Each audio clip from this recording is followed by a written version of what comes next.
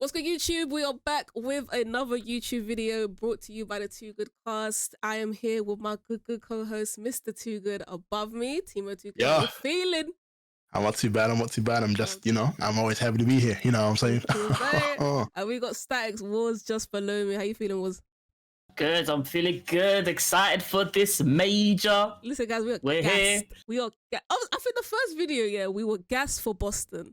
But this is a different level of gassed and excitement. I cannot wait to get into our Miami Major 2 bracket prediction. And this is also our redemption arc. Okay, so if you didn't see the first prediction video, guys, I'm gonna say go watch it. Even though I kind of don't want you to go and watch it. Because we really did get it wrong. I'm not gonna lie. We got Boston completely wrong. But just in case you want to catch up, go and look at what we thought would happen in the Boston Major, and then you can come back here and see that we have sense. Finally, so hopefully. I may still not have any, but it's all good. That's all fine. No, I think we're doing better this time. I can't lie. We have more to go off. Like before, it was like all pre-tournament information. It was just qualifiers. We didn't really have much to go off, but now we can make an informed prediction. I hope. Now I'm hyping it too much now. Oh God, I'm worried. So we are just gonna go right into it. We have the bracket. The games do start this week, and first match, it's a JC one. It's a JC. OpTic versus Miami Heretics. I think this would have been juicier at the beginning of the season. Well, yeah, I agree. I think because obviously there's the element of the unknown with one team, but there's this element of, I wouldn't even just say hype. I think it's deserved that energy towards with the Miami Heretics, and then you kind of got OpTic where you already know the know-how, and it's almost like, how are they now gonna play with this new lineup? And like, there's that question in the air of, is this the team that's finally gonna get them across the line? So yeah, but I can understand.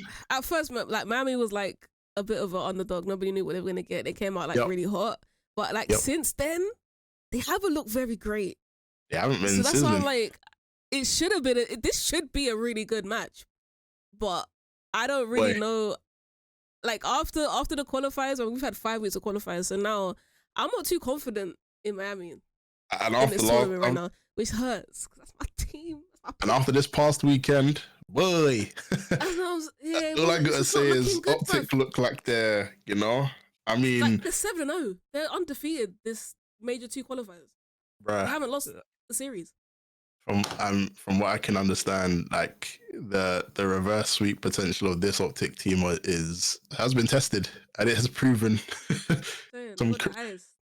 they've got ice and then some. You know what I'm saying? And that's not something that I felt we would say even after qualifiers. Yeah. And obviously in terms of how the majors went, I think they kind of went somewhat how we would have predicted in some cases. Yeah. However, they are it's gonna be I know my Boston team, right? I know there's obviously, there's a different energy around it this time around, but I can't lie, I still don't want them to play OpTic anytime soon. Honestly, I don't think any team wants to play OpTic. They're looking mighty strong. But I mean, so did Subliners before they went into Major 1, and look what happened. I mean, yeah. I don't know. Qualifiers is a bit fugazi. I'm not gonna lie to you. Like, I don't really know if it's because Subliners only won one map in the whole major. In the whole major, and I'm pretty sure they were undefeated going into it. I think Toronto was 6-1 and Subliners was 7-0. So actually, it's kind of scary. I'm not gonna lie. If that curse is lingering, OpTic might be careful. Someone might be busting some type of judge or something against the top teams. I don't know. So I was looking at them fixtures and be like, yeah, no, not today. Maybe tomorrow, though. Maybe tomorrow.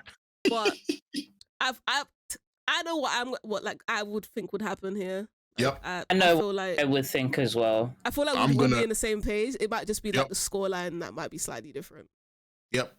But still, like, regardless of how this plays out in terms of whether it's majority wins, that I feel like OpTic are just gonna, I'm sorry, Miami. Yeah, prove me wrong. Prove me wrong. I want to see a competitive series, but I just don't think we will. Nah. But I do think Miami takes them up. Yeah, no, they won't. They won't go down without a fight. Respawns potentially. Yeah.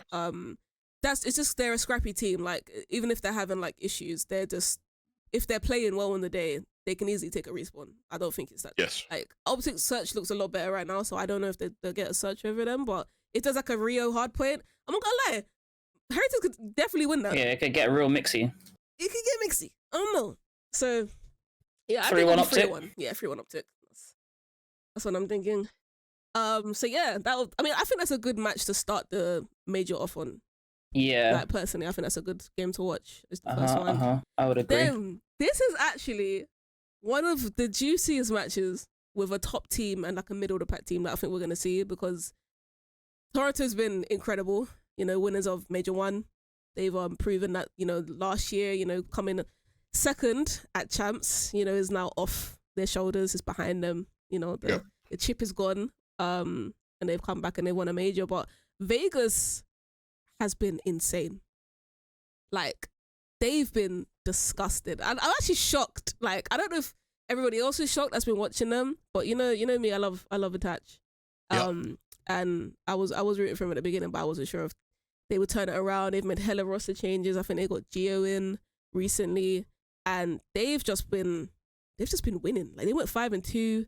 They were pushing like top teams. I think they've reverse swept.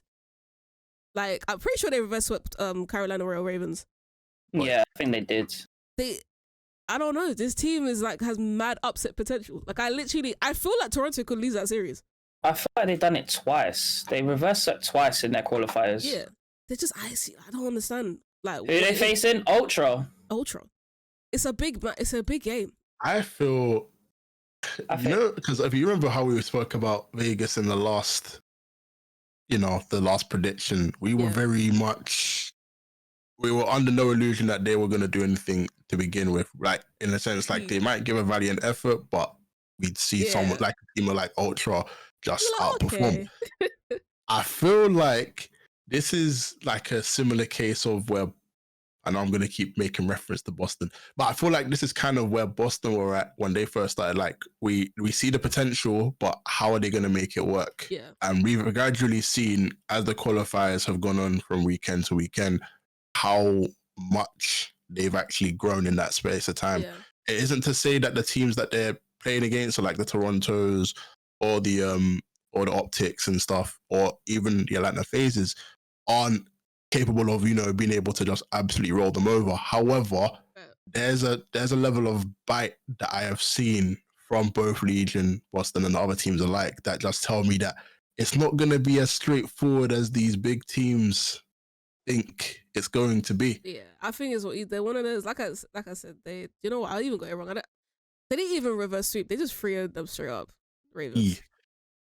They just straight up freed them. Never mind. They just been dominant. Like. But yeah, before I feel like we would have just been like, it's an easy all the way. Yeah, no, this one's not going to be an easy one. No, but like they've really peaked in these qualifiers, and at the right time. Peaked. They 3-0'd Heretics, 3-0'd Carolina.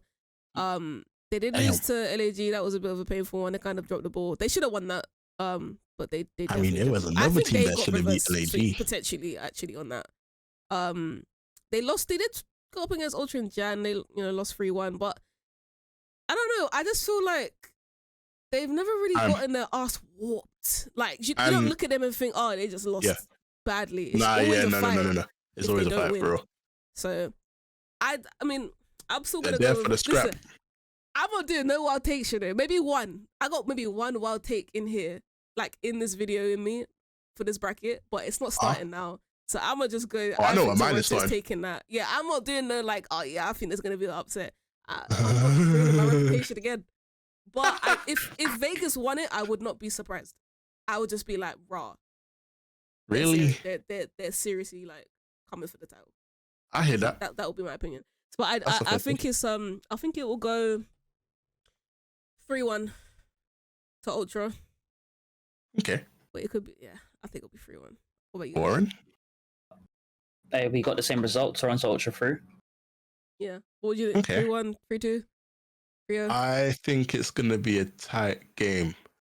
I want to say it's gonna be a game 5. Yeah, I think to Ultra take it, but it will go to a game 5. Okay. You can average it at like 3-1. I guess so. I would love a game 5 though. I would love it. Oh Lord, I would. That'd be entertaining for the neutrals, the viewers. That would be dope.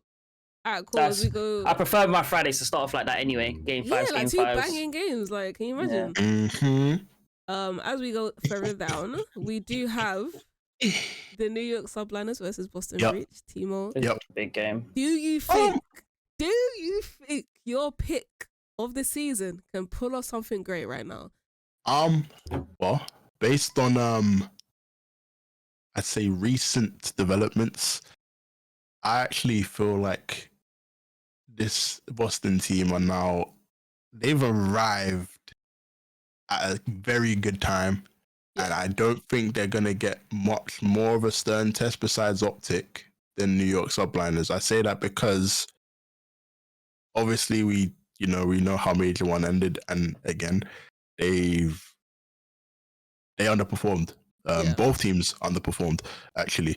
I would say more so because you'd expect New York Subliners to kind of, with their know-how from previous season of the World Championships and ultimately just how they seem to perform qualifiers, you'd think, no chance. There's no chance Boston are even in the conversation, etc. However, not only do I think Boston have they excelled beyond my imagination, especially after my disappointment of Major 1, but it's also now a thing where New York Subliners have to deliver. There's no if buts. They have to actually perform. And I feel that when you're a returning champ in a second major and you actually now face the possibility of not, measuring up to expectation. Yeah. You're a dangerous dog. You're a dangerous dog on either side of this. And I feel like this actually might end up being one of the games of the round, if not the game of the round, because of what it asks of from both teams. Yeah. It's a hard one. I mean, I still think, and this is just going to be me because I don't want to do it. Listen, I'm not trying to get this one in the books for, this Timo 2 good guy has no idea what he's talking about. No. I mean, you got faith in Boston. That's why I'm like, it's a hard one because you have a lot of faith. But yes, and I want to have faith, but they have not looked good against the top teams. Like they've been bodied by every top team. Like which is why, as much as I want to give them, I want to say, you know what, prove me wrong again. Because I think that's something that they can. I mean, they've been able to do that over the last few weeks now. I'd like to think that New York are gonna probably 3-2. I think Subliners are probably gonna go to a game 5, and I think it'll be a 3-2 win to Subliners. But I think if it being a game 5, it could go either way, and I want Boston to do so well. So yeah, I'm hoping it's the other way around. But I just don't want them to get bodied because I feel like they'll just get double bopped out. Like I think it's just there's no debate. I think Subliners takes it pretty easily, but it just depends. Like Boston's they've been getting better in their series, but not necessarily through their results of getting dubs. But like actually, you can see they're getting closer. I just don't know if they're going to peak at the right time. Like I don't know if this is the tournament that you're going to see like the extra couple weeks of practice. Pay off. Obviously, and ASIN was still not. Well, I wouldn't say it's relatively new now, but especially like the last 2 weeks of qualifiers, like they just got ASIN in. Like they're getting adjusted to having him in there, and like I feel like he's been playing really well. Not at his best. Like I don't think he's peaked yet. Like I think he's still getting his feet wet. So it just depends on like if they show up on the day. Yeah. I would just be surprised if they win that. I'll be very surprised. Very, very, very surprised. I feel like other middle of the pack teams like Seattle, the Ravens, LAG, but I always feel confident Boston will win that. But when you get to like the upper echelon, I just don't see it. I don't think they're ready yet. I don't think they're ready yet. So I do think they lose. I don't know if I would like to say game 5 just because you got people like Slasher and Priester on the team. Like you just got to back Slasher a little bit to at least push, You know, get something going for the rest of the tournament. So I'd be happy with 3-2. Yeah, I'd agree with that. I would say 3-2 as well. Yeah. Part of me wanted to say 3-1, but I just don't think with the addition of Asim, like it's going to be like close to a thrashing, because obviously 3-0's a thrashing, but I don't think it could be close to a thrashing. Like, no, I'm not trying to discredit Subliners. Obviously, they are current world champions and stuff. Yeah. But just as of late, we have seen them fall down the pecking order a little bit, you know, like for example, that major one only won one map, and then qualifiers, you know, major one qualifiers, you was dominating. In fact, you went undefeated, and then now major two qualifiers, it's now like you're going up and down like 6-1. So like one of those instruments. It's 6-1 right now. They're kind of dominating, but I think their lineup wasn't that hard. They had like LAG, Heretics. Yep. I mean, like they beat Faze 3-2. They lost to OpTic 3-2. So it's like there's a couple tested. of chips in they're getting tested seriously. Whereas before, it didn't seem like anybody could test them at all. There was no way through. It was literally like scratching your head, like how did it looked like that with Ultra as well in the first major. Yeah. So like now I feel like people might be thinking, oh yeah, it's gonna be a 3-0. Like, how can you think Boston can do anything? But I'm like, we have to take evidence into consideration. Okay, they went 7-0 and came 12th in the major one. Like, I don't like that LAN performance was terrible. Like, so until they show some consistency at LAN again this year, I think I think it's valid to be like, they might have a little bit of a issue on day one, because it was also day one in major one as well. So maybe they need time, like a good day, just to warm up. But I'm saying, if they don't get that chance to warm up, they actually might get beaten by a breach. So I feel like it's valid to be like, if they get caught off guard, they could lose. So a game 5 makes sense. Like, it does make sense. So I feel 3-2. I don't think 3-2 is not a wild prediction at all. I would be shocked though if either teams do lose like a 3-0, because like I said, with Asim joining the team, and I feel like Snoopy can go pound for pound with Hydra. I mean, it could be a wild statement, but the way Snoopy's just been moving and stuff, that would be an interesting matchup to see who really kicks off their team with the plays that they're gonna make. You know, Hydra or Snoopy. Do you know what I'm saying? So that's a little like battle I'm gonna be interested in looking at. And then the final winners bracket match would be Atlanta Faze versus LA Thieves. Is this a little vengeance match, no? Yeah, they listen, they better do something. They better enact a little bit of vengeance, because this is their last chance, man. Like, in the sense of, like, I don't know how you change this roster again. You blew up your roster completely, made a new one. If this doesn't work, like, I don't know what you do as LAT. There's not a lot of players to choose from either. So it's just like, you have to make these guys work. And I'm not gonna lie, Ghosty, like, I don't want to say he's carrying, because like the whole team has actually been doing pretty well. They have turned things around. They went 4-3, nothing crazy, but they've had some good wins. I'm not gonna lie. But Ghosty's been disgusted. Like, you know, we saw signs. I never doubted Ghosty would be in the position he's in now, like in terms of the COD community are vouching for a player like Ghosty, because we saw signs of like IGL in an organization like OpTic. I think that Thieves Faze is going to be a banger. I feel like with Thieves, the clear difference with Faze and Thieves, in my opinion, is that Faze can still win a match even if 2 of their players are not popping off. Like, you can have 2 players not popping off and 2 players just absolutely going crazy. With Thieves, on the other hand, I feel like all 4 of them, if you're going to match a team like Faze, all 4 of you need to be on your A game. Yeah. And I know that's obviously easier said than done, but it's like, you can't have, like, for example, a Ghosty doing what he needs to do, all the routes, all the plays, but then you guys are not pulling your weight. You guys are not cleaning up your side of the street, you know? So that's where I think there's a clear difference there. I mean, I may look at things a little differently. Peak, I'd say something. Say again? It's just peak. Sorry. That's a really hard match for Thieves. I'm not gonna lie. Like, I feel like this is a tournament they could do something.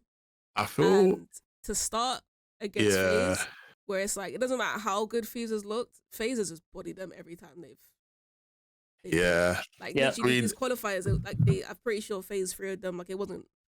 They played well, like Thieves played well, but it just wasn't like it's different calibers. Literally just different calibers. And, like literally what Warren was saying is for your first match to be against Faze is like I don't know how you win that. I don't think there's a way in the world that you actually win that unless it's like Faze did lose to LAG actually. I don't know. No, so this is what I was gonna say. Like I feel like that in itself is probably the only wake up call Faze are probably gonna need for the rest of the competition because. As well as I think LAG played, I think it was also a mix-up of how terribly Faze actually played. So that's like a one-off. That's almost like a bad day in the office. Yeah. You don't tend to like when you're an employee of the month, you probably get one of those per year. So I mean, and to be honest with you, I think the way that they lost it made it even scarier because one, it's a wake-up call. Two, they went 0-2 down. Faze went 0-2 down, and then they almost reverse swept.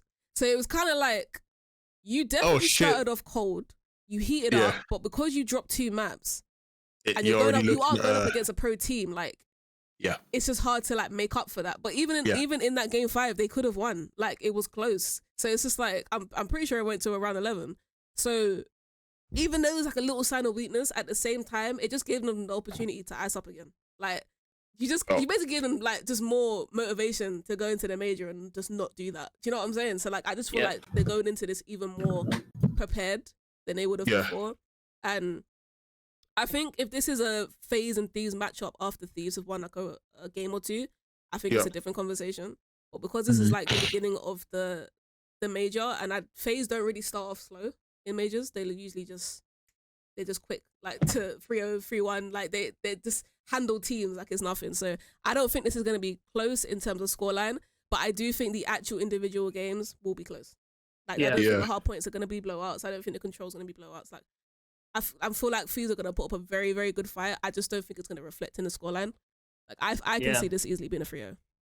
Yeah, like so for example, just going off what you said, like a hard point could be like a 10-point difference or 11 point or 15, 20-point difference. The S&D could be really close, like a 6-4. Well, we know how good at Faze are, and then obviously a control could be like a 3-2. So yeah, I would like somewhat agree with that because I don't think Thieves are not looking like the pushover team that some may have deemed them to be, you know, because it's a new roster and all that stuff, but they're actually showing that they're not a pushover team. Like we will give you a good game, we just are lacking that bit of ice at the moment, you know. And they continue to get better. Like they are improving every single time. I like the roster, to be fair. It's it's a Ghosty, Afro, Kremp, and Nasty. Nasty, yeah, that's a good roster in my opinion. I really like that roster.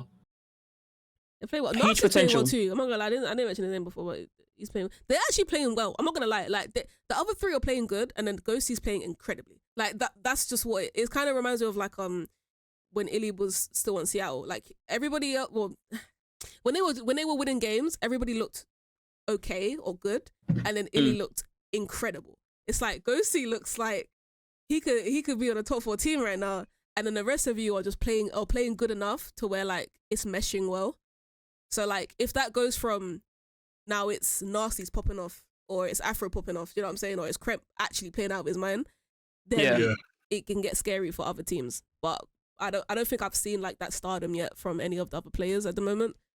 Bar Ghosty. So until I feel like I see that, I can't really have too much faith in this particular matchup for them. So, I mean, I would say 3-0, but I don't. You guys think they win a map? Like, you think they maybe take a respawn? I think with a hungry Faze, I'd like to still think that this is still like a team that are very much in the experimental phase of trying to figure out things. Yeah. So that I think that's why I feel like it's almost like you're giving them too much to do with a Faze team that are going to be pretty much hungry to kind of address the LAG result with day 1 as well. You know what I'm saying? I think it'll be a 3-1. I just think it's giving them a map. For me, it's just like they beat Faze 3-2, right? So when was it in the qualifiers? Not too long ago. What? No. The last time they. Or am I thinking of different teams? Yeah, it's three different teams. Who's the team that just beat Faze? LAG. Oh, yeah, different team. Yeah, got it. Sorry, my bad. I was thinking of a different team. My bad. No, you're good. It literally just happened. Like, yeah, that makes sense. Yeah. So no, because I was gonna say though, like, because obviously, if it were Thieves that did beat Faze, and then now you've got them in the bracket, you can't go and win 3 maps and then not win at least one in the land. Do you know what I mean? That's why I would probably give them a map win. So yeah, I would go over 3-0, but the way Thieves have been looking, I think it would probably make sense and understandable if it's a 3-1 and you just say, Thieves take a map, but Faze just close it out. I hear it is actually, because you got to think they're definitely preparing for this. Like, they're not going into this. They've known that Faze is going to be their matchup for like over a week now. Like, I think they have the talent and they can plan ahead enough to take something. I don't know what mode it will be in. I don't think it will be search. I think it will be a respawn. I think it will be a respawn. I think it will be a hard point. I think they'll clutch that out.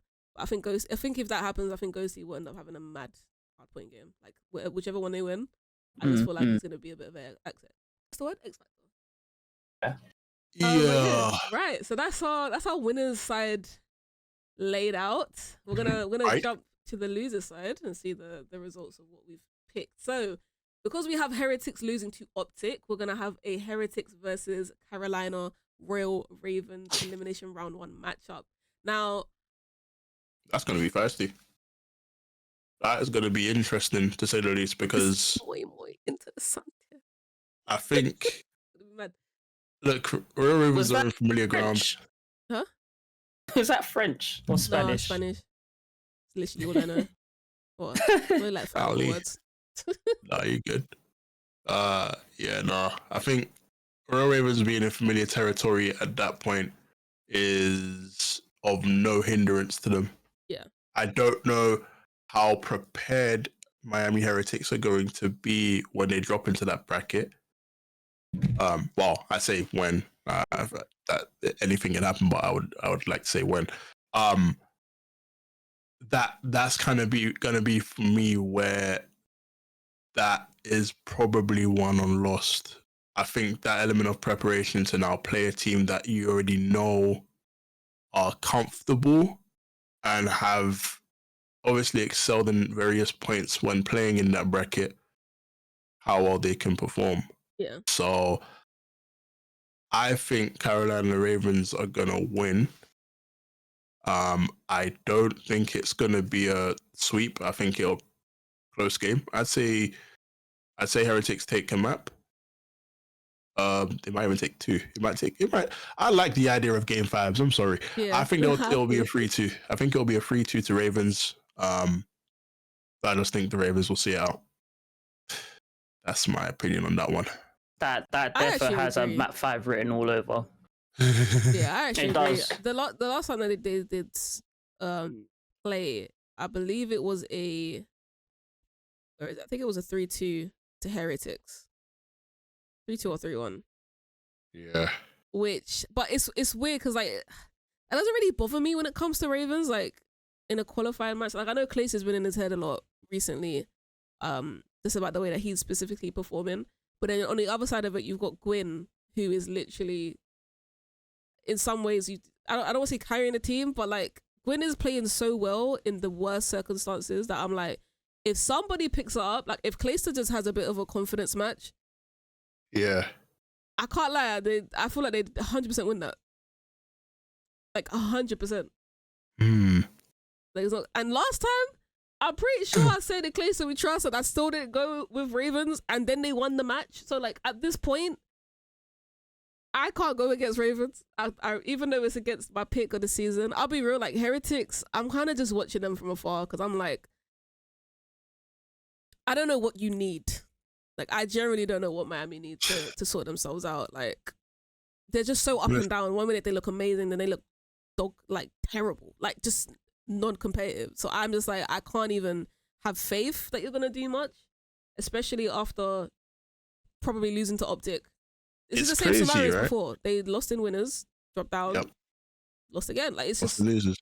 I feel like it's and maybe because obviously we've kind of seen how LA Thieves have kind of like taken this approach with a new team. And I know that the Mario Heretics have probably played more, like they've played a lot longer together, but I think it's a bit of the same thing. They require time. They require more time to adjust to the league and adjust to the opponents they're playing with, because again, this is their first time in the league in a while.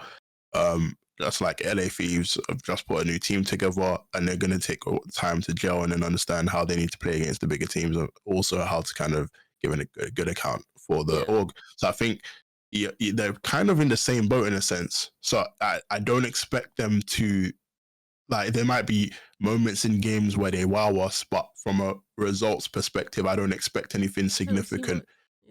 Not this major. And I'd like to think it's a process. So yeah, I feel like it's never going to be a, oh my god, Heretics have to be here, LA Thieves have to be here. I think it's a matter of there's teams that know how to play through this bracket, and they're ruthless when they get going. I don't expect that from them early on. It might be that sometime in the future we'll see that from them, but I think it's too soon, personally. That's actually I'm not gonna lie, I don't think I have anything to add. I 100% agree. They need more time. I think that's what it is as well. So, game 5, hopefully. Yep. Hopefully game 5. Gonna count for themselves, but the Ravens gonna win. One out. Yeah. I mean, so far, I'm very confident in this bracket so far. I'm not gonna lie. Yep. I feel like we take into consideration a lot. Yeah. But a matchup that I don't think I need to deliberate personally much on this one. Vegas Legion versus Seattle Surge. Warren, I want to start with you. I don't even know where to start with Warren. With this one. I don't have confidence in Surge anymore since the Illy drop. I'll keep it so 100. I don't have faith in them. I wouldn't say anymore. It's just there's just a lot less of it. I have been watching Surge play, and they just don't have the same like flow that they used to have with Illy. Like it's really evident as well because, Surge still played to a certain tempo and a certain standard, but there's just that ingredient, that last bit, which is Illy, that increases the tempo and makes sure that you're chaining heals together and all this stuff, and and Surge don't look like that anymore. I'll be honest. That the new guy that's come in, Brezzy. Sorry, didn't mean to butcher your name, lad. I said didn't mean to do it, lad. But he hasn't shown like signs of like star power or whatever. Do you know what I mean? Like he hasn't shown that you are considerably like the best player on the team kind of thing. I know that's a very like egotistical thing to say, but when you're added to the roster, that's what I'm looking for as like a spectator, a viewer, even a supporter of a team. I want to see some star factor behind you, and I haven't seen no star factor yet. So with that being said, I think Vegas beat Surge. I don't know the score, but I do. Do you know what? I don't know if Surge take a map. Sorry, I don't know if Surge take a map. I think Vegas going through, but it's up to you guys to decide whether. I think if what the score is, and I think if Illy were there, it's a different story. Yeah, it's a whole different conversation. I'm saying game 5 type shit. I don't know who's gonna win, because with Illy, you know exactly what you're getting. Yeah. And you know what Vegas have to deal with, and I think that's kind of the difference here, because we all want and we want to believe that the new addition with Surge, will work out eventually. But again, this comes into the bracket of too much too soon, not enough of that know-how and ice, as we call it, to kind of get through to that next round. And that's kind of where I feel like Illy is sorely missed.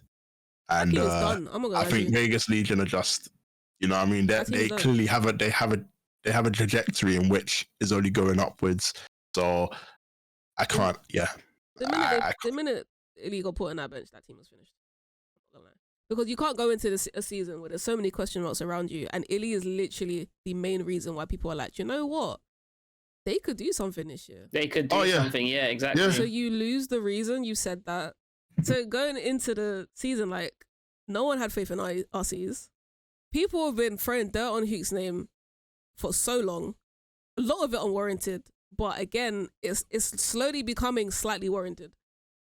Because the longer that he just doesn't perform on all these different rosters, you have to take like his recent performances rather than his overall history in the league. Like, and you know, I'm a big Hute fan, so like it's not easy for me to just be like, yeah, I don't know about him anymore, but it's true. And then Brezzy, I'm not gonna lie, it's peak for him because they didn't want him. They didn't want him. Like they brought you in. Want somebody else on the team. They had the team they wanted. Then something happened. We don't know what, but for whatever reason, Illy is not on that team anymore. So like at this point, it was just like we have to get somebody. It's the same thing that happened with OpTic when Illy hurt his thumb. It's funny, it's Illy again, even though like that first reason with OpTic was not his fault. He literally couldn't play. But as soon as they had to find somebody else and they played with Prolute, I mean, you had flipping Scarp saying he doesn't want to play anymore because it's like it literally was one of the catalysts for him retiring because it was like as bad as the game was as well, and he was just getting tired of bad games. He had a really great team that he believed in, and they really could have won that year. And then boom, you're one of your best players with so much chemistry can't play, and your season's done. So it's like then they had to get people that they didn't really want. They missed out on Pred back then, and then got him obviously now. But like OpTic didn't do much that year because it's like it's so hard to do like damage control when something happens like out of the blue. So them getting Brezzy, unfortunately, I'm not even gonna judge him because I'm just like, you got thrown into a situation that you didn't even deserve, and now people are looking at you as well like, okay, so what are you gonna do? And it's like, well, he's not even meant to really be on the team. Like he's like a last minute, like we need somebody. So I think they get bodied. Like I don't think Surge do anything this tournament. I think they lose their first series and they're out. I literally think that's going to be how their major goes. And it's really sad, but I don't see it going any other way. God damn. Sorry. I think I'm actually going to put real money on that game. Yeah, and I'm going to put Vegas just to win. Like, even if it's like a little bit of 30p profit or whatever, but I'm guaranteed, I know, like, deep down, like, I'm more confident about this matchup than any other. Yeah, because I know some of the others may be more predictable, but this one here, even though Surge is my pick, Vegas are just looking like the stronger team. They're looking like they're peaking at the right moment. So yeah, big up Vegas. And this is hard, guys. Like for those that are watching right now, like we are literally picking against our team picks for the season. We are down bad right now. We are actually down bad. I mean, Timo's the one with all the optimism about Boston. You know what? You keep up in it. Do you know what? Me and Piggy were actually telling Timo like, oh, do you know what? It could something could blossom. You never know. You know, they might, get better as the tournament progresses and whatnot, which is the truth. It is now a fact. Happening. Like they've actually gotten better. I mean, of course, the main reason is Asim being brought into the roster, but that still doesn't change the fact that we said that they're going to get better with time, and they have, So Major 2 would be a really, really. It's funny how like we started the season, and Timo was struggling to get points. Like we were literally like, wait, Timo, man, where's your CDL points? I got the receipts. I got the tweets. I remember. I always remember. He left first. Doesn't usually left last. Yeah, well, you might be right there. I'm not gonna lie. At the moment, your team is sitting pretty above both of us. Sitting very pretty. The major qualifiers right now. So, they just gotta keep doing what they're doing. You know what I'm saying? Definitely think Surge, Heretics struggling quite a lot. And it's actually entertaining because I think this is one of the reasons why Warren even got us to pick teams that weren't top, because there's drama around it. It's like 1 minute one of our teams is doing great, they were doing bad, and it's like every week is just so up and down that there's actually something to really analyze and talk about here rather than just picking Toronto. It adds to the storyline as well when we get to like review it all. Yeah. So, exactly. So honestly, W idea. I gotta give you flowers. Appreciate that. Yeah, then we have, speaking of the devil, Boston Breach and Minnesota Rokkr.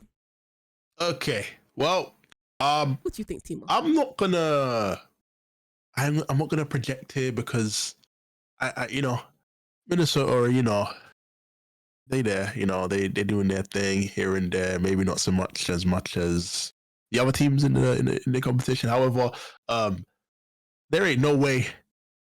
And 2 good means no way that my Boston Breach are losing that game. I ain't gonna lie. I'm not even gonna try and explain too tough, but I just feel like even if they were to lose to Subliners, that heartbeat's still pumping. That, you know, them beats per minutes are gonna be absolutely through the roof. They're gonna try and get back right up to where they believe they should be competing at. And yeah, I'm sorry. I don't see Rokkr getting a map off my boys. So I'm gonna go for a 3-0. You know what I'm saying? So yeah. Yeah, he's going for the jugular, so they don't drop a map. Nope. I don't think I disagree though. That Rokkr team is weird.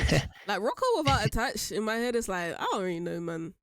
When it was accuracy and attach, it was a bit more like I can kind of see them doing something, but they really been disappointing. Like I think this is the first time accuracy's like not pulled off some crazy results with a questionable roster. Like I feel like he usually still pulls through no matter who's on his team, but this is like the first time I've really seen him kind of just succumb to a bit of mediocrity, which is kind of crazy. Yeah. So yeah, I personally don't really see them doing much. I haven't seen much of Rokkr, I'm not gonna lie. Even in the qualifiers, I've just seen them lose. It sounds bad, but I've just seen them get ruined by teams. Yep. And the last time they faced off against Boston, they lost 3-2. So yeah, again, I don't think Rokkr win this. So I think Timo, this might be Timo's chance for some gloating. If everything goes the way we think it's gonna go, it will be at this point potentially. Timo may have the last laugh. We'll see though. We'll see. Oh man, if I could insert the laugh from Michael Jackson's Thriller at the end of its song, I would love it right now. I can't lie. This guy's a walking meme. Yes, he is. Oh Do you man. think 3-0 or 3-1? I think 3-0. I don't think Rokkr get a point on the map, bro. They don't. No. Oh, I mean, that's me. Obviously, I'm that much in belief of my team. I think it's a 3-2. Damn, you think? Okay. Yeah, right. because we gotta remember as well. Like, I don't want to compare it too much, but obviously qualifiers and LAN, two different caliber of like environment. You know. I know. And like, let's not forget, Rokkr 3-0'd Subliners, Major 1. Yeah, they were like the second match or something. That is actually true. And then they got 3-0'd in winners round 2 against Ultra, which is understandable. They were looking formidable going into the Major 1. Yeah. Yep. Then they dropped into losers and beat Guerrillas 3-2.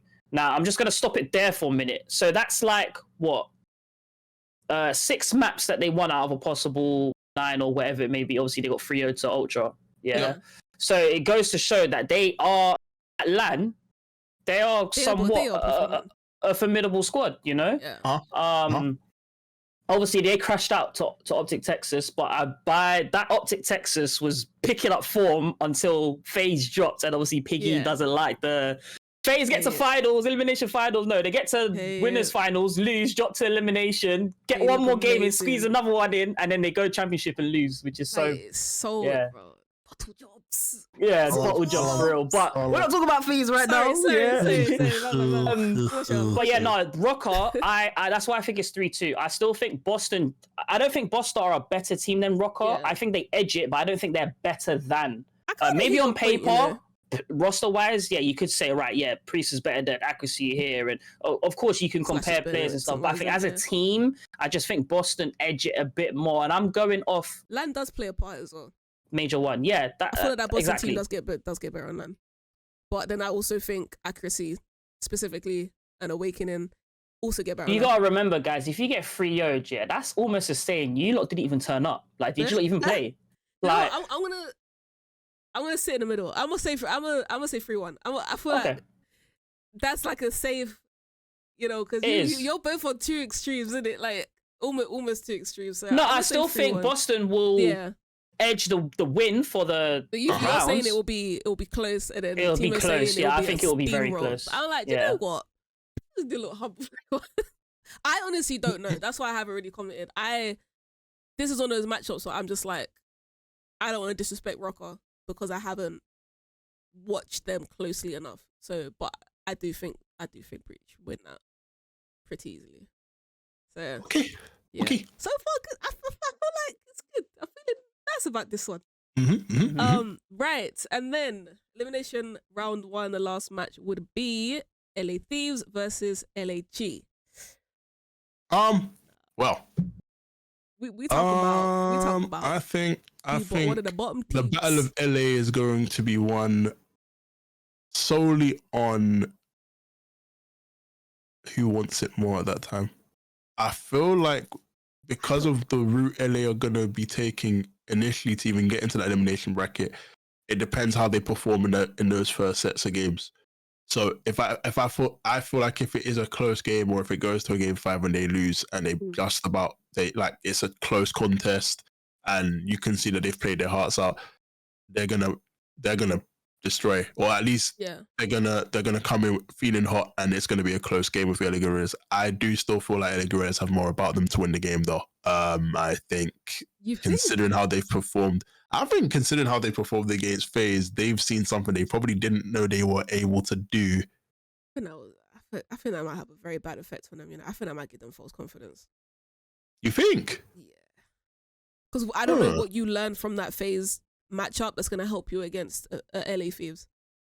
I don't know what you learned from that. The only thing I can take from it, obviously, and this is coming more so from a Boston perspective because of how I've seen the team play week in, week out, would be that no team is, undefeatable. As much as, a team like Faves have been one to kind of almost like look absolutely indestructible. Even with one player having an off day, you have 3 players that are just about to, conquer it all. It kind of gives you that confidence of, okay, maybe there's something we can do, but we'll just have to figure out how much and how much of that they will have to do. And it's a matter of it being just about enough or it being too much. I don't think it'll be a little job. It won't be a minor task for them. They're still going to have to work ridiculously hard, but they work ridiculously hard to even keep the almost the head start that, Faze gave them in the first place. So I think it goes to a game 5, and I think Guerrillas probably take it 3-2. Oh my! A game 5. Yep. Yeah, that's probably the biggest bogey match for day 1 or whatever. Because if you take away that Faze match, you don't say that. You don't say it. That's how I don't think you can put so much emphasis on that Faze match. They almost bottled it. It's not like it was it should have been a 3-0. And they almost bottled it. You had one chance to really show dominance from somewhere, and you literally almost threw. I get it. Yep. There's a belief aspect, but I think everybody actually does know that Faze is penetrable. Even the lower teams know it can happen. I don't think any of these teams go into these lands thinking I can't beat a Toronto, or they won't be able to perform ever. So I don't know how much that really does do for their confidence in an online qualifier where they were 2-0 up and they won 3-2. If it was a 3-0, maybe, but I don't know. I don't know how they. I don't know how they pulled that one off. I mean, last time they even went up against LAT, they lost 3-1 against the same team. So I don't know. In my head, I don't know how a win against Faze translates to. It's going to be a close game against another team that they got kind of bodied by. Not very long before that. Literally the day before, I think. Literally 2 days before. I don't know. It's a good point, but I think because both teams are coming off the back of facing Faze, they probably have some sort of confidence that because we're shooting against arguably some of the best players in the league, we should surely be able to defeat these lot. That's what will be going through my mind. Do you know what I mean? If I was sitting in Guerrillas and I know we've got Thieves, it's okay, I know you guys just played Faze and lost, but you guys are going to be somewhat hyped because you've been shooting against the best player or one of the best players in the league, or best teams in the league, sorry. So that's why I think it's going to be a bogey match, because they're both going to have that instill of confidence. But I just don't think confidence can get you past skill and experience on land. Who's got the experience? Who's got the most experience on these 2 rosters? I would say Thieves. You have Ghosty is the best player in that lobby by far. You have Assault. Assault's cool, but in my opinion, Assault's kind of washed.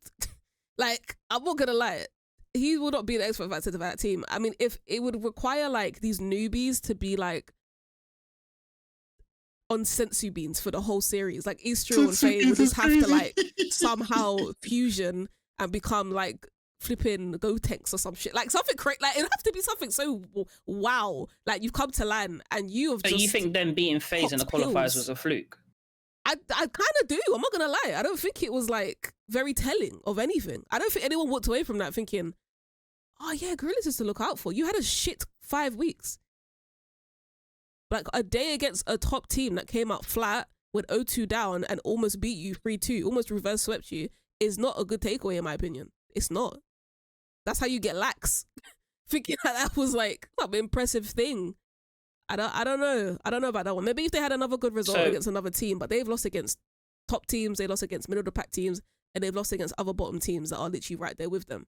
So like, I just wanted to have a hot take. My fault. No, it's not. Listen, it's not wrong. Be your then with all of that taken into account and that being said, what would your score be? I think it's a 3-0, but after hearing what you lot have said, like I think maybe they could get a map. Maybe there will be a confidence map, and they're just like. I think do you know what it is? But I feel like a lot of the underdog teams, yeah. Like I feel like the first day, because I know can you scroll up real quick? Yeah, of course. Keep going. I just want to see who's at the top. Okay, yeah. Oh yeah, so yeah, that proves my point then. Because I was going to say for Major 2, I don't think there's going to be as many 3-0s as we did Major 1, because now I feel like teams have familiarized themselves with the game mechanics, spots, rotations, all that kind of stuff. So that game, I think that game's going to a game 5. Personally, I think it is going to a game 5. We'll put it down, but there you go. I will be asking referees to check LAG's bags and what's in there. Like, how do you come here and she said that VAR check? I don't know. That's she said VAR. You know, but it can happen. I mean, we thought a lot of things were gonna happen last major. They didn't. So it's true. It's true. There was a lot of upsets, and it was the complete opposite, because we said, a team will get a map here, they'll get a map there. Nope, 3-0s. Like it was mental. Gone. But I mean, not a bad bracket so far. We're gonna go back to the top side here, and fill out some of these winners rounds as well. So if we have OpTic beating Heretics and Toronto beating Legion, then we're gonna have an OpTic and Toronto winners round 2.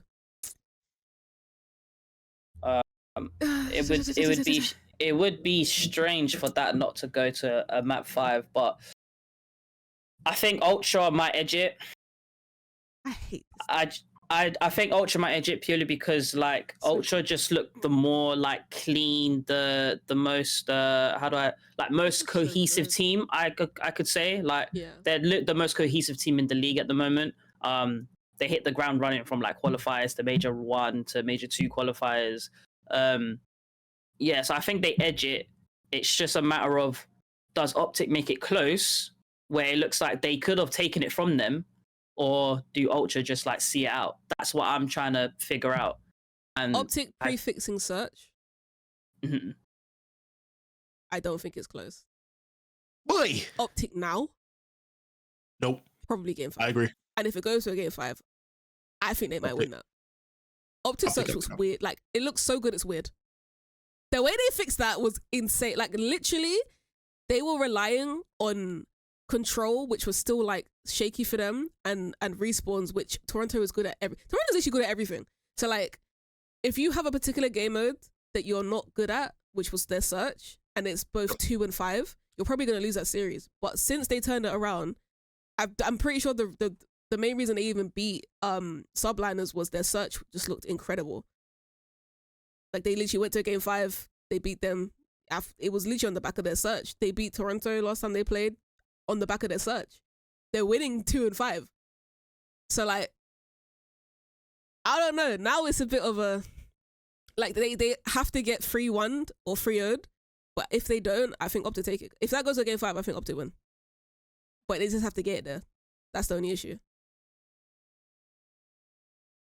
So it depends on whether you lot think that they can, like, if Ultra can literally just wash them quickly? I don't know, because I don't want to say like Ultra 3-1 or 3-0, and then it's like, what? OpTic, but look how they're performing, do this, that. But it's just like, but that can very much happen. I think it can happen from either rosters. I think OpTic has the capability of 3-0 and Ultra on their day, and the same with Ultra, vice versa.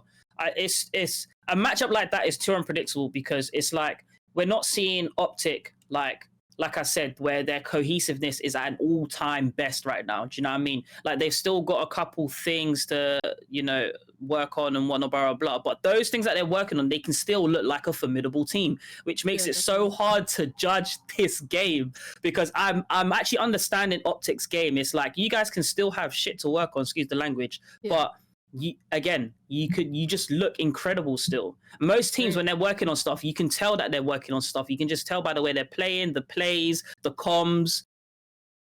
It's actually messing my head. It's messing with my head. I don't know. It's gonna have to be a game 5, but I just don't know who. I might just say game 5 Ultra to be safe.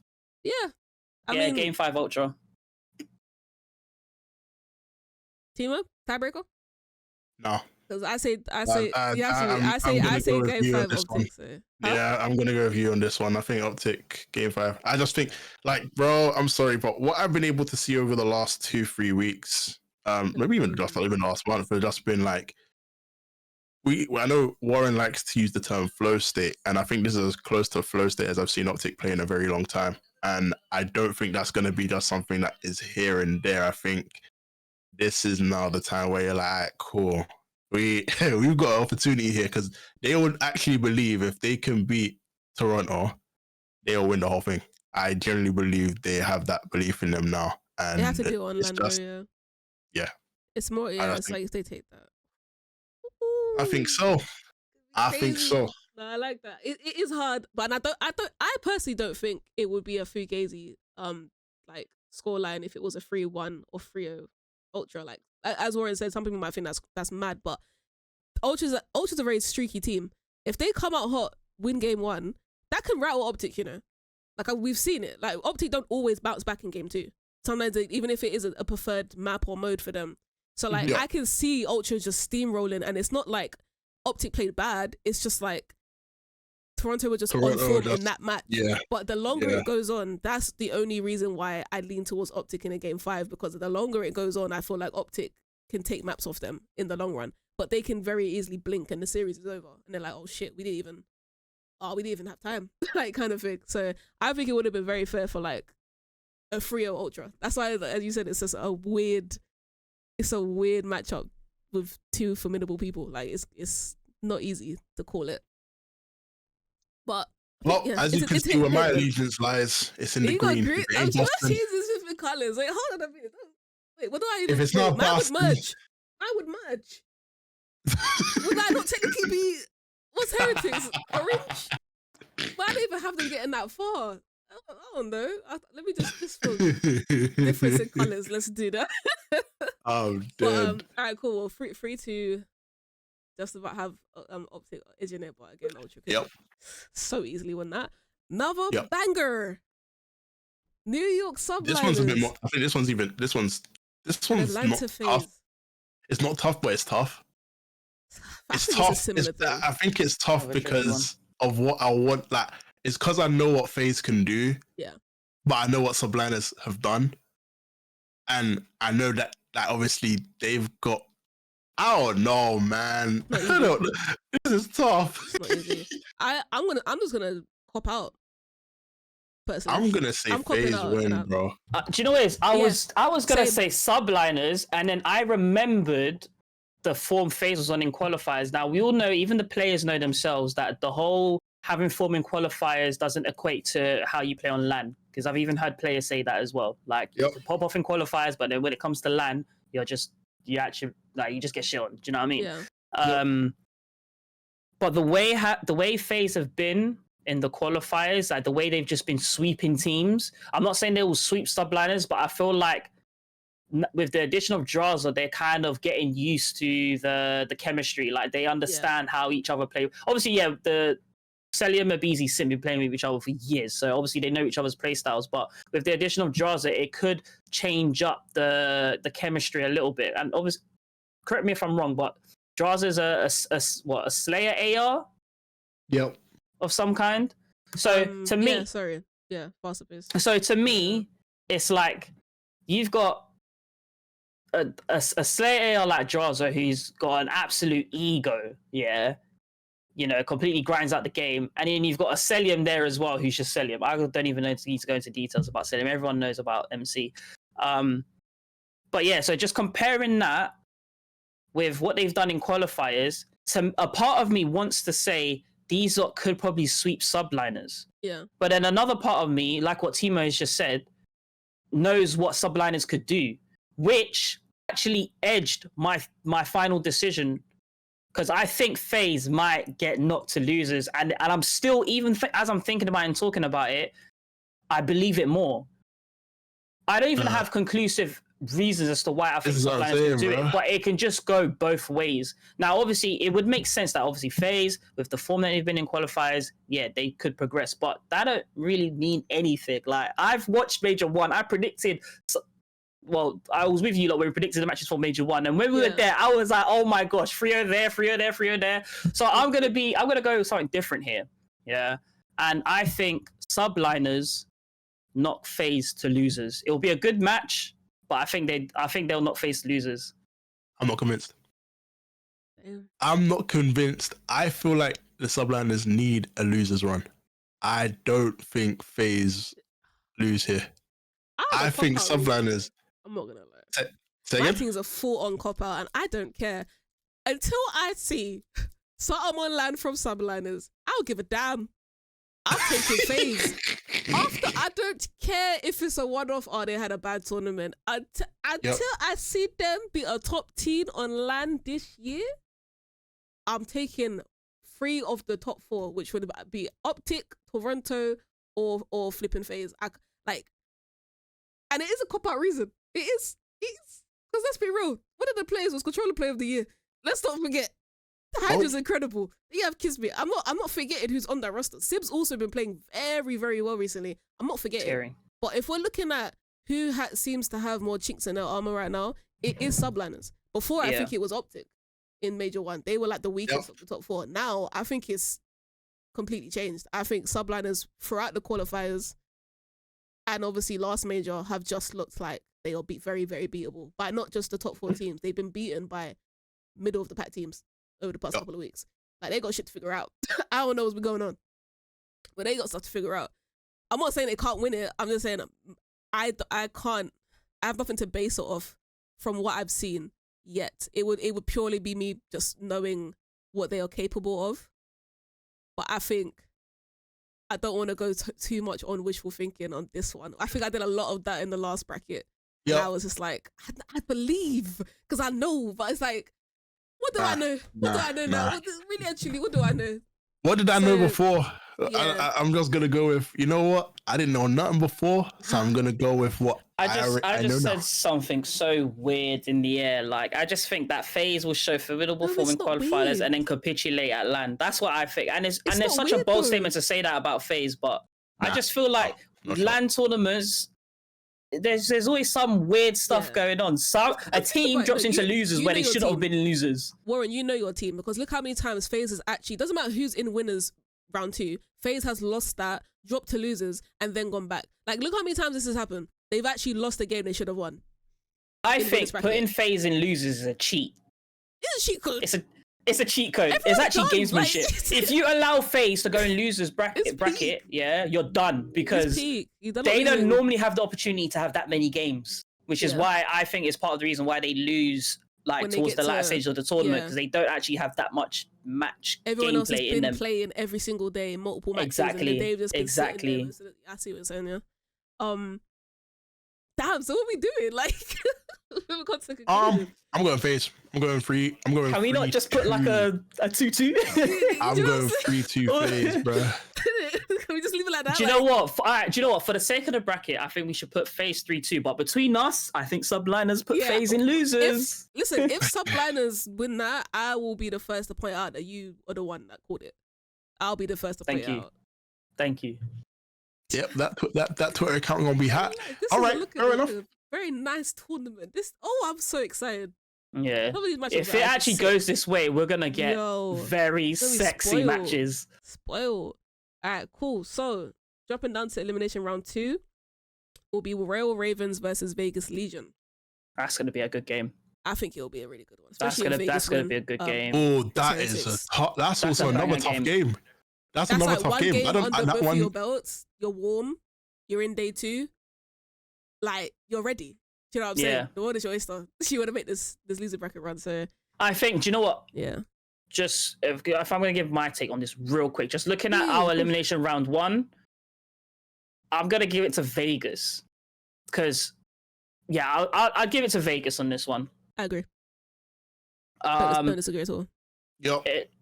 Just looking at the fact that if it's true, if we predicted that they 3-0'd Surge, then you're on fire, aren't you? Versus a 3-2 where you had to grind out your result. That doesn't mean that Vegas is gonna walk all over Ravens. Like Ravens could still make it a very scrappy match.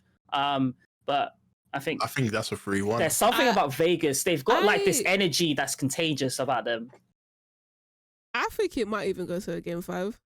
And the only reason why I say that, the only reason why I say that, if you lot think something else, I won't need convincing. Like, but I just think on both ends there have been a lot of reverse sweeps that include Vegas and include Carolina in different scenarios. Every time I see one of those 2 teams, I'm hearing reverse sweep, either against them or they did it, and I'm just like, so what? I don't know what you're gonna give me. Like, I don't know which one I'm gonna get from you. So. They both seem like really scrappy teams. I do think Vegas is the better put together team. I think they are more of a actual team right now.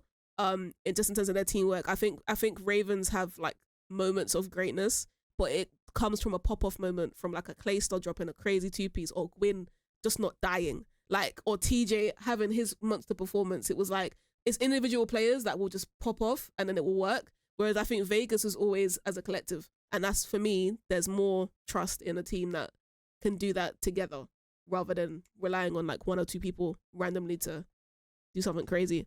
But I really think it's going to be a banging match though. I don't think it's going to be boring to watch. I don't think it's going to be a 3-0 to anybody. It could be 3-2, but either team. Yeah. It could even be 3-1, but every match was like, came down to the wire. It could be literally a 20-point hard point, 2-2 control, 5 round 11 flipping S&D. Like, it could be something mad like that. But I think this as well, just who wins it, still on topic, but slightly drifting off. I think this is a good indication for teams that actually show that they are levels above teams that are on the same level as them. So like, if you're if you need X amount of points to get above them in the table, this is your chance to show that you're better than this. Like, we can hang with the Subliners or the Phases or etc. etc. Do you know what I mean? Yeah. So this is a huge opportunity for those teams to actually show up. So that's why I'm excited for them. And I feel like Vegas needs this because I think they're the closest team to being like, we could upset any of the top 4 teams. But how they been playing, like literally they are probably your pick to upset somebody is probably Vegas Legion right now. Over Ravens, in my opinion. Like, I think I'd take Legion to upset a better team over Ravens. But at the same time, against each other, I generally don't know. This is probably one of the harder ones for like score wise and who wins. I just want to watch. I think because Vegas are creating more hype than Royal Ravens. It's not really a valid excuse, but it's just the fact that we can miss out on a match and then hear about what Vegas have done, which goes to show that they actually are putting in the work. They are showing signs of improvement and whatnot. So that's why I probably would go with them. I agree. Yep. We've been hearing about Vegas's upward trajectory right now. Yeah. Like, they're literally just getting better and everybody's taking notice. Other teams are talking about it. So you can't really ignore it.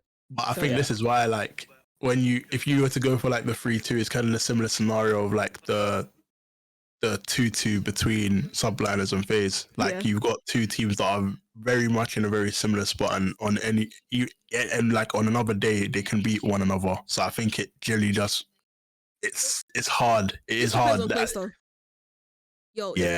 has the right mindset going into this match, Carolina win that. But if he doesn't, they lose. Because he has been so shaky And I generally think Clace is like the key factor to this Ravens team right now, because I think Gwyn is always going to give you his best. Like, he's playing crazy. Yep. TJ Haley has not really been inconsistent. Like, he's been inconsistent in previous years, but this has been like the first season. He's actually, his floor is still good. And then he could play like Gwyn at the same time. Claystar, when he's like getting 2 kills and not dying, and he's playing power positions, and he's making sure that, you know, his team can get an early rotation and whatnot, they look amazing. But when Claystar's like continuously dying over and over again, taking gunfights, losing his ones, you can see it in his face, and he's meant to be one of the leaders on the team. Yep. Everyone capitulates, which is one of Wars' favorite words. But yeah, that's what happened. They all start capitulating. So I'm like, I generally feel like his mentality going into that matchup is what's gonna decide it. So I agree. I think Vega's gonna take it. But if we see Clayster start popping off, I think it'll be a sign. It could be an opposite. No. I think that's the beauty of it now. Like, before, I feel like there was like that element of there's an unknown and we don't know what can happen. Whereas now we've kind of seen what each team can do, especially in this territory. Yeah. So it's almost like you can't like completely be like, nah, this team 100% got it. No, like if one player turns up more than the other, that can literally be the edge. It could be the difference. It's like, and I love that. I don't think every esport can have like a bracket where you're looking at it like, oh, these 2 teams it might be quite difficult to call it. I think a lot of esports are kind of like, we kind of know who would win pretty easily. Yeah. Not all of them, but I'm just saying I think there's some that it's really obvious. But when it comes to COD, you can never be 100% sure, which just makes it crazy entertaining. Yeah. I agree. I agree. So that's that. Almost at the end. Of course. Moving forward, we have Boston Breach versus LA Thieves in elimination round 2. This is just like the one above. I don't want to call it. Going off the round 1, I would say tough. Let's assume that Thieves just edged it. In the S&D. If they just edged it, as in you don't beat them convincingly, I think Boston sweep Thieves. Maybe not a 3-0, but a 3-1. Breach up the breach. I'm sorry, I'm not going to contain myself. They are going to win this one. They're going to win. Yeah, I think these are one of the games you could look at and go with the highly favored, in my opinion. I mean, creative. I'm going to change my color to the team I think is going to win. I can obviously not see this at this moment in time, but when I do watch this video, which you guys should all be doing, by the way. See me. Yep. Okay, I'll say it at the same time. Well, I'm gonna let the viewers see it first. 1, 2, 3. I am now matching Timo. It's all my plan's working. My plan it's all part of the master plan. You know what I'm saying? Slash we trust, man. Yeah, man. I don't know. I just feel like I won't even say that LA Thieves will win the map. I think I'll be a bit more respectable here. I do think it will still be a close game. I think it'll be a 3-1, but it could potentially go again to another game 5.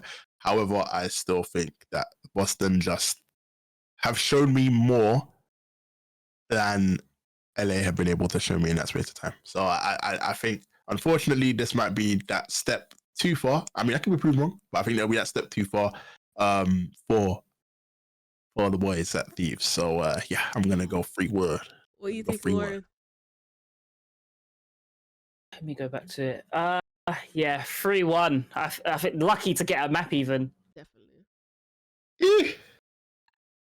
I just have faith. I don't know what it is. I have faith. I still feel like LA has been getting a lot better, but Boston, if they continue to learn from their mistakes, which I feel like they are, because every time ASM has an interview, the way he breaks down like the fact like they all have a game plan and they know how to adapt and plan around things, and the way they look back at things as a team, like it's just a very like humble perspective on just trying to get better. It's not like he's never disheartened, he's never like egotistical about it, like, and he brings that kind of energy that he just wants to win and play well with his team, like, and I feel like they're all like that.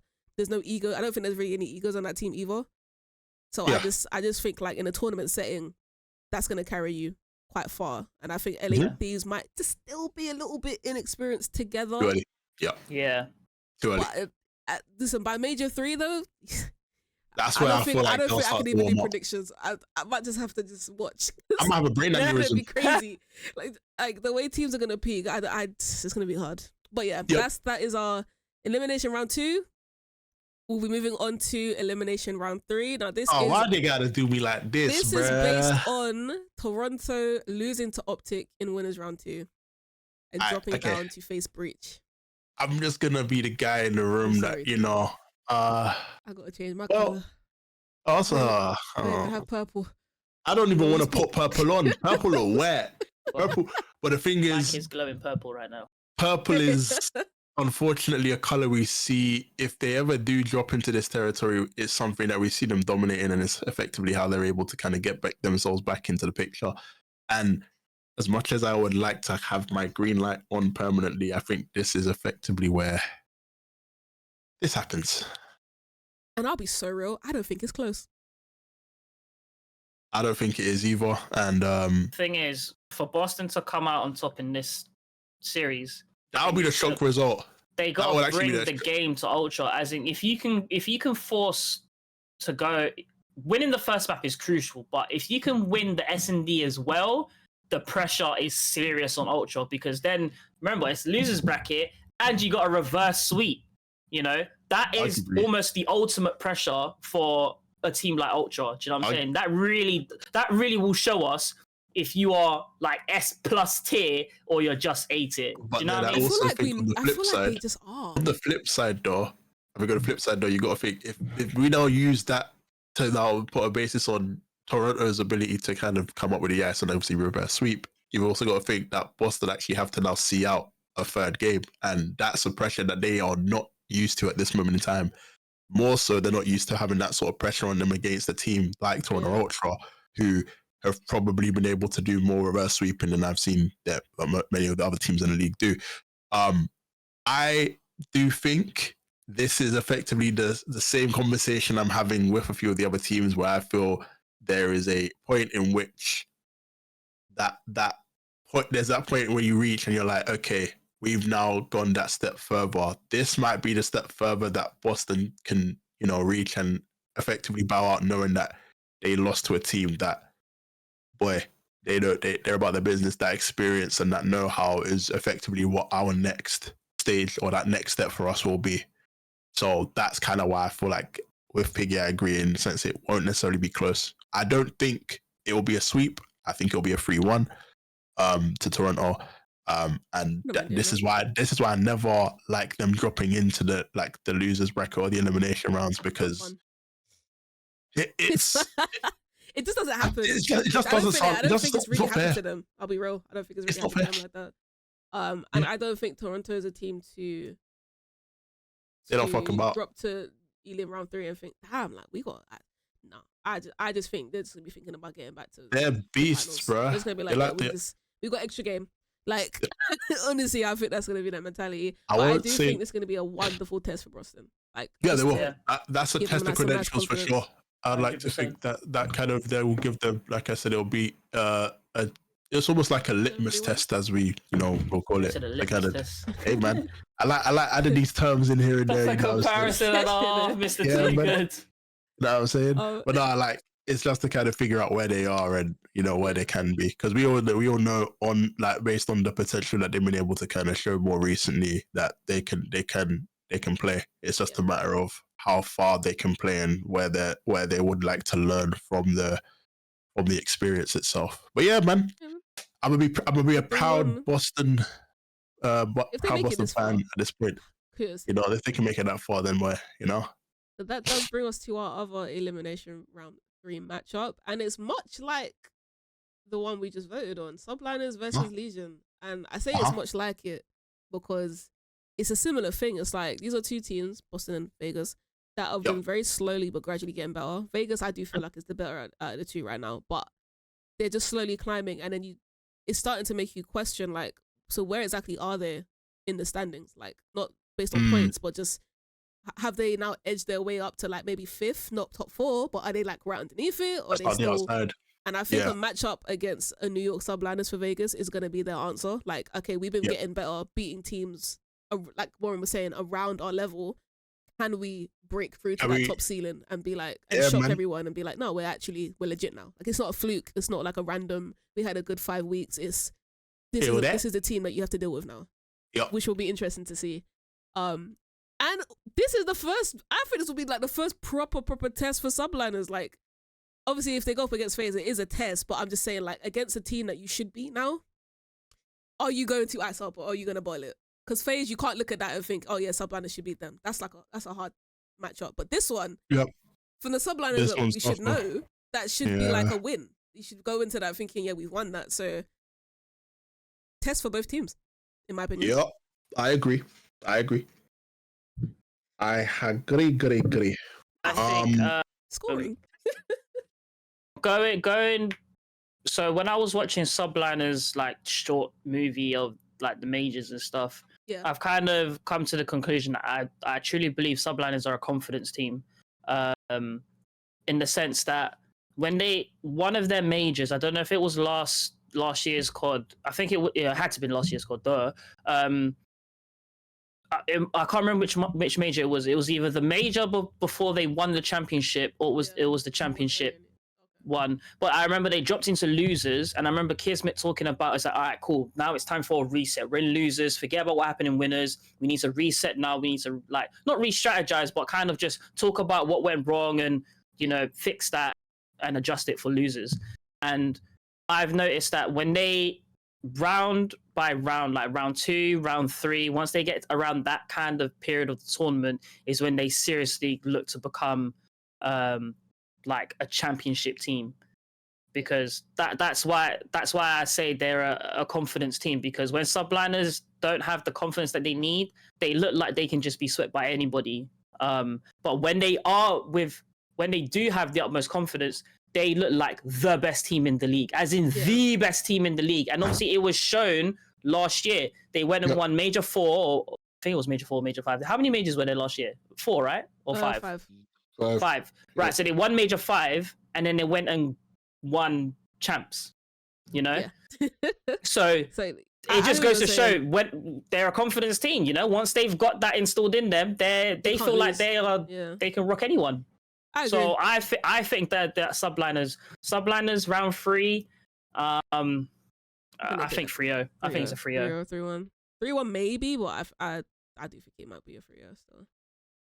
I think this will be like I think Subliners will snap out of it. They'll all just tap each other on the head and then be like, okay. A reminder to everyone. It's like, okay, I know that we've been, you know, showing some weaknesses, but remember who the fuck we are. Yeah. No one is beating us if you're not in top 4. Like, I think that will be like their reminder game to themselves, but to like everybody watching and the other teams. It's like, you're not there yet, you know? Maybe next time kind of thing. Yeah. To play devil's advocate, though, I think the only reason why I'd probably give them a game is because obviously they've played well throughout the tournaments. As in, you haven't dropped, like, you've won, you know, you've progressed throughout the tournament. Yeah. Like, it would be hard for you to not win a map if you're looking good across all 3 game modes. You know what I'm saying? It just depends on what map. Like, it depends if you win the toss, if you get the maps you pick. If you get the maps that you've picked or whatever, then there is a chance. But if you don't get the maps, it's tough. Not getting the maps against the Subliners, tough. You know what?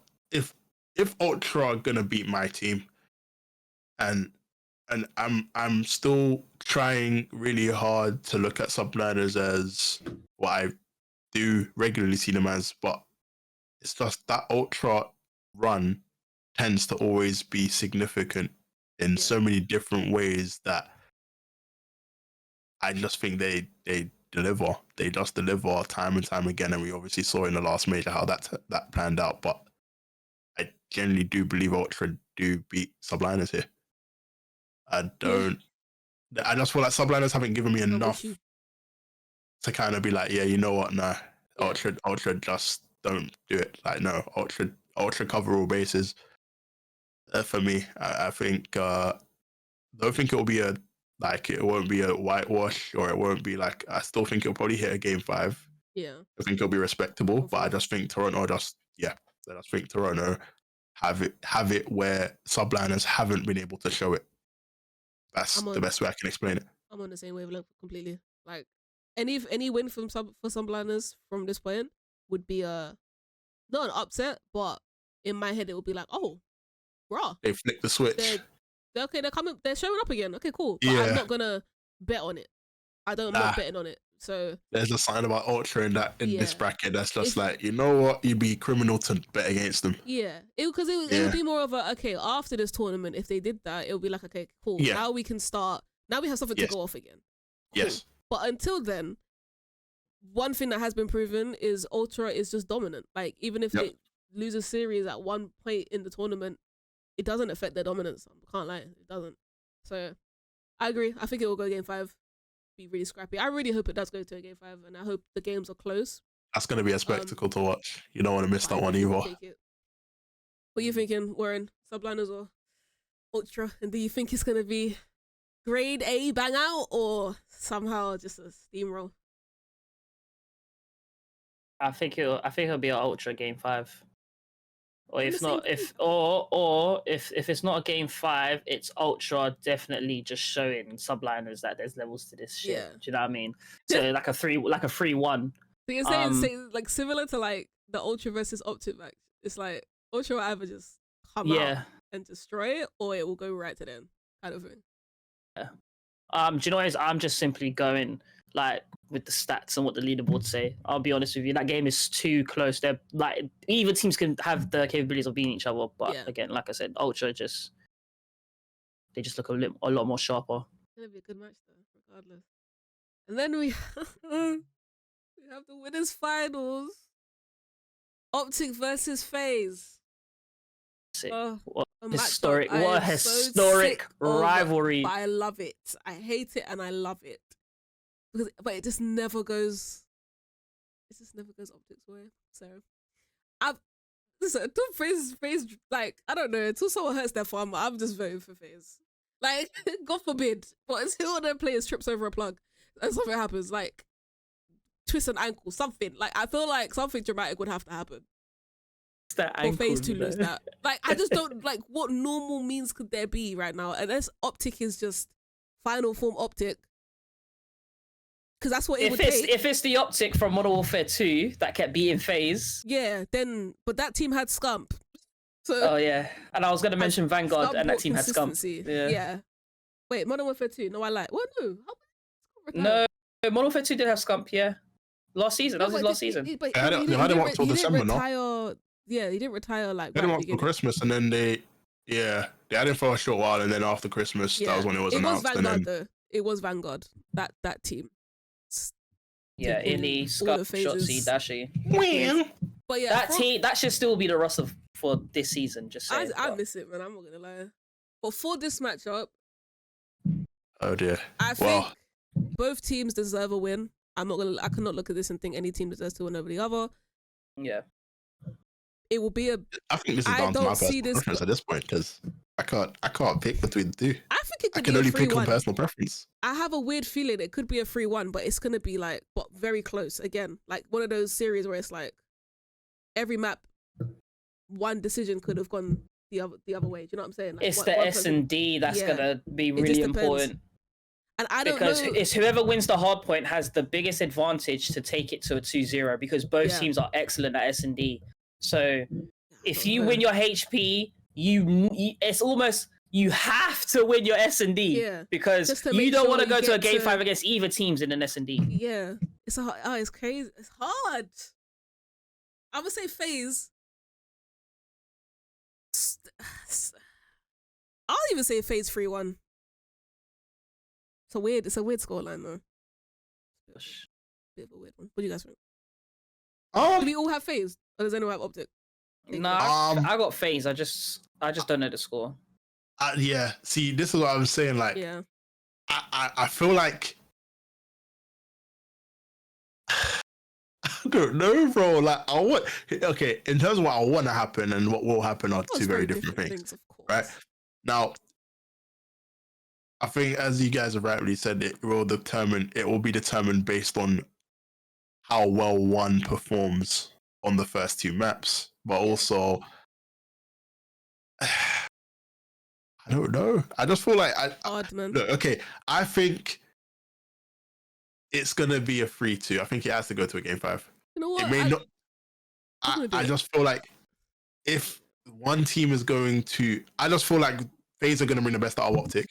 I don't know why. I just feel like you're not like in that circumstance where you have the two teams that are performing, well, if you have a team that are performing the way that OpTic have performed as of late, and you then have Faze, who pretty much never really waver until more recently in a qualifier, doesn't really tell me much more than I need to know. You've got that element of belief. I feel like belief is going to be the biggest thing here. It's not going to be a matter of who is better than who. I think belief is going to be the difference here. And I generally feel like you gotta want it more. You just gotta want it more. Yeah. And that can happen on a map by map basis, which is why I think it will go to a game 5. I think it's going to be a roller coaster, like a story.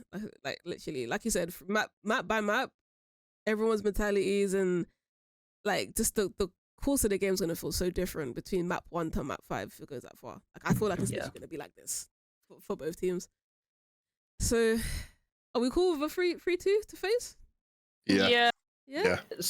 I'm not really cool. I just have a small hunch that I think OpTics could win that series. Just a small one. I don't know. I've been saying like if it goes to a game 5, I do take OpTic most of the time in this major. I just don't know.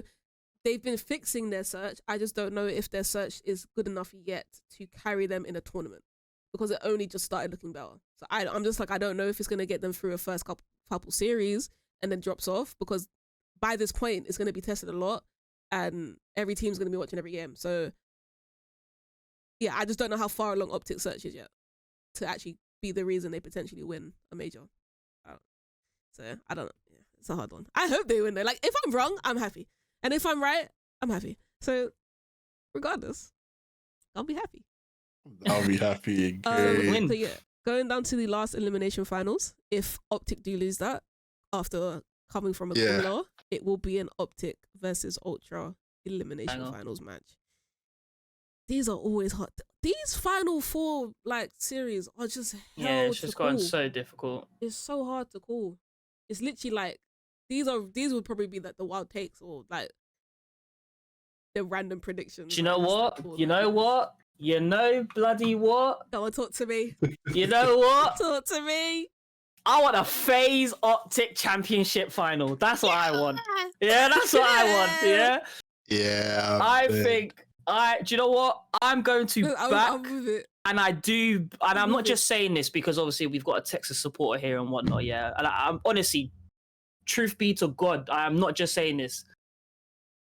Texas will somehow get the one over Ultra. I don't know how they're gonna do it, but they're gonna do it. I just don't know how, because the form that Shotzi's been in lately, yeah. I remember one of his interviews, he was like, you know, as a sub, you just got to be a nuisance. You just got to mess up like their play, their strategies and stuff. You know, I see Shotzi on Karachi trying to get spawn kills and whatnot. Now, do you know how much of a headache that must be if you got to worry about Shotzi in your spawn? Like, if he can get that to happen or make that work in a real match environment. Well, when I say real match environment, I mean like at LAN. I think OpTic take it, man, because I truly do think Shotzi's the decider here. You know, he's making serious plays, and like I'll be honest, I wouldn't want to come up against Shotzi even if I was a professional myself. I will say you could say the same thing about Kleenex. Yes. Yep, that's true. Because Kleenex is really their best, Toronto's best player. You can, but I would. A part of me would feel that I could stop Kleenex instead of Shotzi. I don't know why. I don't know. I know. Kleenex is scary. Once he enters that flow state, he looks indestructible. The thing about Shotzi is not that he's dominant. It's that his plays are just so something that only he would do that would get them the win, which is why like he's so special, right? But if we're talking about like just as a raw submachine gun player, I actually think Kleenex is probably more in form right now. We're not talking about making creative plays necessarily. I'm talking about playing your life and getting 2 every time before you die. I think Kleenex is more in form in that way, whereas I think Shotzi is more of a irritating, but also just making a play that you can't predict. Because it probably it's one thing being sneaky, but it's another thing when you're able to play your life as well as being sneaky. That's what makes you a real nuisance. It's gonna be a headache of a matchup because like you got Pred who always gets better on LAN. Oh, Pred is looking nuts, by the way. Sorry, I completely forgot about him, you know? When I talk about Pred, so in my head, I'm thinking it's more of a Pred versus Kleenex thing in my head and an Envoy versus Shotzzy thing. Because Envoy's usually taking routes himself. So it's like those rotational gunfights, I feel like might be a lot of Envoy versus Shotzzy. Someone could correct me if I'm wrong, but I feel like I see that more. So in this matchup then, do you think that that's the decider? If you had to give if you had to give a little tip to the viewers at home watching and they see this matchup, what is it that you would tell them to watch out for that could decide the match? Look at Kleenex. Somewhat. So if Kleenex is being nullified, I think it's a bigger problem than Shotzzy being nullified.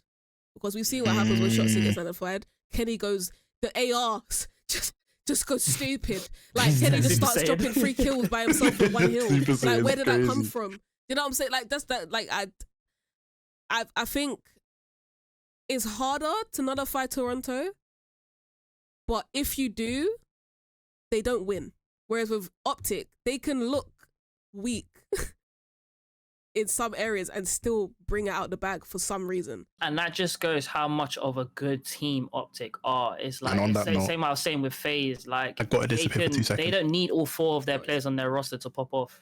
Yeah. Do you know what I'm saying? So it's the same with OpTic as well. Like even if you nullify Shotzzy, like I mean, yeah, like you've nerfed the team a little bit, but they're still a formidable team with the ARs like Dashi and Kenny. So like Scrappy's still insane. Like this is not taking away anything from any of the other players on this team. Of course, I think like we could talk about Dashi, but like I feel like with Dashi he's gonna do his job. I feel like with Kenny he's gonna do his job. It's like the real playmakers usually are Pred and Shotzzy, and we have seen other players step up when Shotzzy's having an off game. Yeah. But on Toronto, we haven't really had to see that. We haven't, no one's called for like Scrappy to just go ballistic. Just turn up, Because his teammates are all usually playing well. They're playing so well together. No one needs like, a moment of greatness by themselves. Exactly. So what happens if that is called upon them in a very important match on the spot? Like, I don't know if they'd be able to do it. But that is for us to watch and find out and see. Indeed. And enjoy this crazy matchup as well. Do you know what? This will be a good season if we can get the classic rivalry of an OpTic Faze champs final. Yeah. And you know what? I'm so happy you picked OpTic here because I'm always scared too.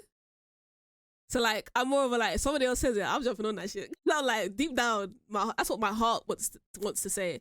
But I think with the way that we've got the bracket so far, and it's like a lot of OpTic's wins are 3-2s, and we've been talking about their search and astray, I think that could be the story. Like, it could be an example to all teams, not even just in the Pro League, but like in amateurs as well. Like, if you can solve your search gameplay, which is probably the most important game mode because there's 2 of them, it literally wins you championships. Like, that's what people say. Search and astray wins you majors, it wins you championships, wins you chips because of how important it is. So like, it would just be another example. Like, that's what it looks like when you fix that particular game mode. This is what you end up doing. You just start winning 3-2. Right. So with all of that being said, we had the grand finale.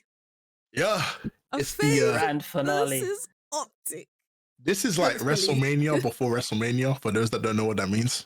Yeah. It's it. That's one way of putting it. Yeah. This is WrestleMania re-girly, people. This is a quote-unquote rivalry that has just dated back before there ever was an Ultra, you know, or LA Thieves. You know, this has been going on for years. I use the quotation marks as, you know, rivalry because all the top 4 teams really could call it that, but just OG, you know, OG squads in the CDL, you know, OG teams. What should I say? This is the best of 7 green versus the red. I'm gonna put on. See what you did there. I mean, yeah, I'm still green for now, you know? Yeah. I know Warren's lights blue, but he wishes his was red right now. It's okay. But this one's interesting because it's the only best of 7 we get. Grand finals is the only time we get best of 7, which I believe means there's 2 controls and 3 S&Ds. Good Lord. Or am I bugging? No, honestly, Picky, I can't remember how many it is. I think it's Hardpoint? Oh no, I'm bugging. Sorry, it's hardpoint, S&D control, hardpoint, S&D control, hardpoint. Which does change things a little bit here. Beforehand, it was still a case of S&D be winning championships, but for a best of 7, that might not necessarily be true. if we're going to 3 hard points, kind of all about the respawns. Yep. So, in my opinion, I thought this was going to be the story of the S&Ds for OpTic being the game mode that they fix. Not to say that there are any slouches in their respawns are great, but Atlanta is a very, very, very, very, very scary respawn team in every mode. So, to have to get through 2 controls, 3 hard points, not easy. Not easy against a Faze that's probably as warm as they're gonna get. Yeah. By the time we hit grand finals, I don't wanna predict. I wanna phone a friend. I'm not. Yeah, this is one of those ones where. This is one of those ones where, like I've had in a previous, circumstance, would be. This is more so who I want to win as opposed to who I think's gonna win, because I don't feel. I feel like at this point it's. I know one thing when it comes to and I spoke briefly about WrestleMania, as almost like this is a week, but this is a WrestleMania before WrestleMania in terms of how much of a main event this is. I look at it and think you have The Rock and Stone Cold Steve Austin. You have Shawn Michaels and Triple H. For those that don't know what that means, you gotta do your history. However, what that means is you have 2 incredible greats that you love and you hate, but you love that you hate and you love that you love. And for me, I love OpTic. OpTic are the reason why I got into Call of Duty, you know what I'm saying? But then again, I like Faze because as of recent times, I've been able to kind of, learn, watch, grow and watch this team do what it is that they've been doing. But I just got to go with my origins, you know what I mean? The DNA of how I got into Call of Duty is why I'll go with OpTic more than Faze. However, it can go either way. I feel like OpTic are now at a point where they can and they always do perform well against Faze. I also think Faze are capable of doing pretty much anything. So I'm gonna be honest, I think Faze is the harder team to beat, but my heart says OpTic, so that's my pick. I'm gonna go with Faze. The thing is though, it's scary because again, last time I saw this in a grand finals. The Faze Vanguard season. I think I got PTSD from that because I actually was struck by that emotionally. Like I was like, oh shit, like this is not even close. That's why a part of me, like, I'm not gonna say, oh yeah, Faze just takes this off rip. No. Because I remember that Vanguard season, which is why I deem myself a humble Faze supporter. I'm not a fan. I'm just a supporter. Yeah? Even against Toronto in Major 1, it wasn't that close. See, my point exactly. It's like you get to the grand finals and then like they're sweeping you. That doesn't make sense. Like you're meant to be a team that's just gone past everybody to get to a grand finals. You don't go and get swept. Do you know what I mean? Of course, like it's possible, but you've got to hold your own, man. Like you've got to hold your own. So to see Faze capitulate in finals scares me, which is why I think this time round, I think this is the best opportunity to show, like, right, we've learned from our lessons from the previous grand finals against the OpTics, against the Subliners, against the Ultras. Yeah. This is now our time to redeem ourselves. And that's why I'm going with Faze. I'm hoping they'll have that mentality, but the thing is, all it takes is for OpTic to go 2 maps up, and then like that's it. Like they're on fire. They're in the lead. They will control the game. In a best of 7, it's very hard to reverse sweep. Yes. So like if you go down 2-3-0 or 0-3, sorry, it's very hard to come back and win because it could come back to like you can get 2 maps in a row and it could be 3-2, but it's so hard to keep extending that. To actually win the full series, because you even saw it against Ultra. There was a moment, I think Faze won back-to-back maps, but their hole was already dug. They were down by like 2-3 maps already. So it's like you literally can't lose anymore. You actually have to like almost reverse sweep to win this, and it's so hard in the best of 7. So I think you're right with like if they come out and they handle business from early, it doesn't really matter what the other team is doing. It's like if you can make that hole big enough from the beginning because of how good you actually are, like you should be able to close it. Exactly. And I can't lie, I do see Faze being more of a laying down the law type of team in the best of 7 against OpTic. Like first 2 maps, they might just take it, and it's like OpTic's 0-2 down. Then they got to start pulling off moments of greatness. It might go to 2-2, but then it's just even. It's just like I just don't see this being a wash in any direction. Like I feel like it's gonna be so back and forth. Yeah. But I think purely because there's 3 of us and not 4 of us, you know, it's not, you know, me and a team I did vote for OpTic. But again, it is more so like who we want to win. Like I'll keep saying it. Like I really do. My head says Faze, my heart says no denying. Like literally, the color's green. How I feel. It stayed green throughout the whole thing. I don't think it's going to a map 7 though. No, I don't think so. I don't think it goes to map 7. I think it goes like, what would it be? 4. I think it'll be like a 4-3, 4-2. Maybe probably a 4-3. I'm not gonna lie. No, it's 4-3. No, that is a map 7. 4-3 is 7. No. Yeah, 4-3 7. Yeah. It'd be a 4-2. 4-2. Yeah. I think somebody is gonna make it a 4-2 or whatever. So I think both teams are gonna try to gap each other because that's what it's about, right? This is your rival. You don't. There's beating your rival, and it's good game, like you played well, and then there's gapping them. And I'm sorry, but if you're playing your rival, you've got to gap them. So you have to smash them like a 4-2 or whatever it is. You just got to smash it. Personal experience. Just have to smash it. this guy made it personal experience. No, I feel that. It's true. Yeah, that's gonna be one to watch. Like that is going to be one to watch. That's gonna be an exciting game. But yeah, that is gonna do it for our Major 2 Miami bracket predictions for the CDL. I feel like we're all feeling a lot better about this one than we did Boston Major 1. Well, actually, no, Boston Major 1, we actually felt good. And then we didn't feel so good when we actually saw what happened. But learning from that, I feel like we have thought about this in the best way possible, which is using a lot of evidence. There's not so much wishful thinking involved in this one. It's more this is what we've seen. This is what the potential we've seen from these teams. It could go like this, and I think we've been really good with the score lines as well. I think we've been like realistic with the score lines. But yeah, I mean, honestly, if the bracket goes away where we said it was gonna go, this is gonna be an incredible tournament. So we're also bringing entertainment value. So y'all should want it to go like this, because I'm not gonna lie, I don't think you get a better major than some of these matchups that we've predicted. So I got a good feeling. But yes, I think that is gonna do it for today's video. If you guys do want to see how we feel about these matches in real time, we will be tweeting from the 2GUDCAST Twitter account that will be in the description below. So there will be some tweets going up and down, back and forth during some of these games. So you get to see some of our live reactions to some of the moments that are about to happen.